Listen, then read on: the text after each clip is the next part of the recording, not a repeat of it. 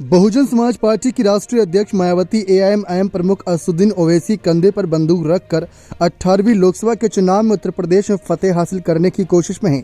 16वीं लोकसभा के चुनाव में शून्य पर आउट होने के बाद भी 39 लोकसभा सीटों पर द्वितीय श्रेणी में पास होने वाली मायावती को लगता है कि 17वीं लोकसभा के चुनाव में जिस तरह उन्हें 10 सीटों पर जीत हासिल कर पाने में कामयाबी हासिल हुई, उससे कुछ अधिक वे 18वीं लोकसभा के चुनाव में सीटों की शक्ल में पा सकती है।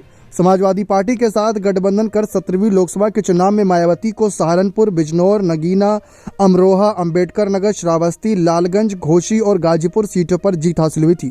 जबकि 16वीं लोकसभा के चुनाव में उत्तर प्रदेश में खाता न खुलने के बाद भी 39 सीटों पर बसपा के उम्मीदवारों ने दूसरा स्थान हासिल किया था। 16वीं और 17वीं लोकसभा के चुनाव में बसपा के इस प्रदर्शन ने बहन जी को इस बार अधिक आशावादी बना दिया है।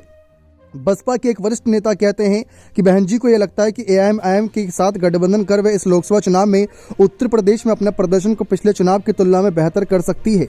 हालांकि मायावती ने 18वीं लोकसभा चुनाव में किसी भी राजनीतिक दल के साथ पूर्व गठबंधन की संभावनाएं से साफ इनकार किया है, लेकिन बहुजन समाज पार्टी कुछ वरिष्ठ नेताओं से उन्होंने एआईएमआईएम के साथ गठबंधन करने पर उससे होने वाले सियासी लाभ का आकलन करने पर चर्चा की।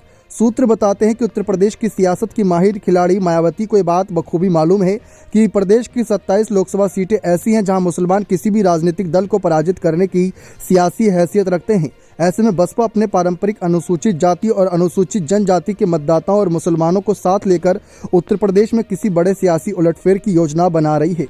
उत्तर प्रदेश की यदि जातिगत गणित को देखा जाए तो यहाँ दलित मतदाता 25%, ब्राह्मण 10%, क्षत्रिय 10%, अन्य अगड़ी जातियाँ 5% और पिछड़ी जातियाँ 35% है। 2 दशक से अधिक समय से उत्तर प्रदेश में जातियों को साध कर सियासत करने वाली बहुजन समाज पार्टी 2024 के लोकसभा चुनाव में कुछ बड़ा हासिल करने का सपना पाले है। 2019 के लोकसभा चुनाव में समाजवादी पार्टी के साथ गठबंधन कर 16वीं लोकसभा चुनाव में एक भी सीट के ना मिलने पाने के रिपोर्ट कार्ड को सुधारते हुए 10 सीटें हासिल कर बहुजन समाज पार्टी ने अपने डूबते जहाज को बचा पाने में कामयाबी हासिल कर ली थी। लेकिन इस लोकसभा चुनाव में मायावती ने तीसरा मोर्चा या गठबंधन से इनकार तो कर रखा है, लेकिन देखते हैं कि एआईएमआईएम के साथ मिलकर क्या बड़ा उलटफेर कर पाती हैं या नहीं। बने रहे चैनल के साथ। बहुत बहुत धन्यवाद।